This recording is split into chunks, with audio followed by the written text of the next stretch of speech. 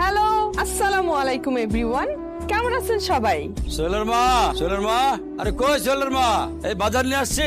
আব্বা, আপনি কি চুপচাপ বাড়ির ভিতর ঢুকতে পারেন না? এভাবে চিল্লাতে ঢুকতে হবে কেন? আমার ভিডিওটা নষ্ট করে দিলেন। ও ভুল হয়ে গেছে বৌমা, আমি বুঝতে পারি নাই। আসলে হয়েছে কি, সোহেলের জন্মের পর থেকে এইভাবে ওর মারে ডাকতে ডাকতে বাড়িতে ঢুকে অভ্যাস হয়ে গেছে। কি ব্যাপার, আপনি এত তাড়াতাড়ি বাজার করে আয় পড়ছেন? হ্যাঁ, তাড়াতাড়ি চলে আসলাম। এ কি, তুমি থালা বাসন হাঁড়ি পাতিল মাঝতে গেছো কেন? তোমার না কত করে কইলাম যে অসুস্থ অবস্থায় কাজ কামে যাও না। আচ্ছা, আম্মা যদি কাজে হাত না দেয় তাহলে সংসারে এই সমস্ত কাজ কে করবে আব্বা? কেন বৌমা, তুমি করবা? তোমার শাশুড়ি সুস্থ না হওয়া পর্যন্ত কাজ কামগুলো তুমি করবা। আমারে দেখে কি আপনার কাজের লোক মনে হয় নাকি আমার এই বাড়ির কাজের লোক বানাইছেন আপনারা? সি বৌমা, এটা তুমি কি করতেছো? তুমি কাজের লোক হতে যাবা কেন? তুমি এ বাড়ির বৌমা, আর বৌমারা শ্বশুর বাড়িতে কাজ টাজ করে, এটাই স্বাভাবিক। ধরো ব্যাগটা ধরো। আব্বা, এই সমস্ত বাজারের ব্যাগ আপনি আমার হাতে দেওয়ার সাহস কোত্থেকে পান? কি মনে হয় আপনার এই শাক সবজি কাইটা, মাছ মাংস কাইটা আমি মাটির চুলায় কালি মেখে আমি আপনাদেরকে রান্না করে খাওয়াবো, সেই চিন্তা বাদ দেন। কি ব্যাপার রাইসা, তুই চিৎকার চেঁচামেচি করে কথা বলতেছো কেন? ও আচ্ছা, আমার চিৎকার চেঁচামেচি তোমাদের কানে যায়, কিন্তু তোমরা সবাই মিলে যে আমার অত্যাচার করতেছো, মানসিক অত্যাচার, সেটা কিছু না, তাই না?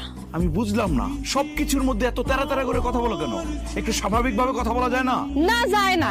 তোমার মা নাকি এখন অসুস্থ, এখন আমার এই মাছ মাংস কাইটা ধুইয়া তারপর মাটির চুলায় রান্না করা লাগবে। আচ্ছা, তুমি কি আমার এই তোমার বাড়ির চাকরানিগিরি করানোর জন্য বিয়ে করছো আমারে? আরে কি আশ্চর্য, তুমি চাকরানি হতে যাবা কেন? দেখো তুমি আমার বউ, তাছাড়া মা যে অসুস্থ সেটাও তো তোমাকে বুঝতে হবে, তাই না?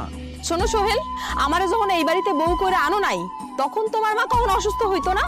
নাকি আমারে দেখে তোমার মা এখন ঘন ঘন অসুস্থ হওয়ার নাটক করতেছে? আমি একটা কথা তোমার স্পষ্ট করে বলে দিচ্ছি, এই বাড়িতে আমি কোনো কাজ করতে পারবো না, আমি রান্না করতে পারবো না। দরকার হইলে কাজের লোক রেখে তারপর কাজ করো। থাক বাবা, সিলেসিলি করিস না, আমি রান্না করতেছি। হ্যাঁ, তুমি রান্না করবা। এই ছোট অসুস্থের কাজ করে করে আরো বড় করে ফেলাইলা। এত বারণ করি তাও শুনো না তুমি। থামো তো তোমরা দুইজন, আর ভালো লাগে না। আর একটা কথা, বাপ মা মরা মাইয়া তো এই জন্য সবকিছু ঠিকঠাক মতো করে বোঝে না।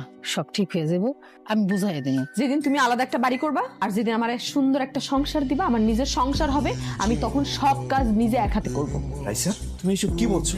যে আব্বা মা আমাকে জন্ম দিছে, আমাকে বড় করছে, পড়ালেখা করাইছে, আমি এখন চাকরি করতেছি, সেই বাবা মাকে ছেড়ে তোমার নিয়ে আলাদা সংসার করব, আলাদা বাড়ি করব, এটা তুমি ভাবতে পারলা?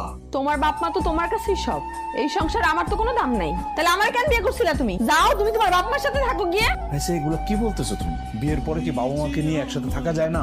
কত ইচ্ছা ছিল, কত স্বপ্ন ছিল আমার। আমি তোমারে ভালোবাসা বিয়ে করছিলাম, কত ভালো ভালো জায়গা থেকে আমার সম্বন্ধ আসছিল তুমি জানো। প্রত্যেকটা মানুষে ফিরিয়ে দিছি শুধু তোমারে ভালোবাসি বলে। কত স্বপ্ন ছিল তোমার অনেক টাকা পয়সা হবে, আমাদের নিজেদের বাড়ি গাড়ি সবকিছু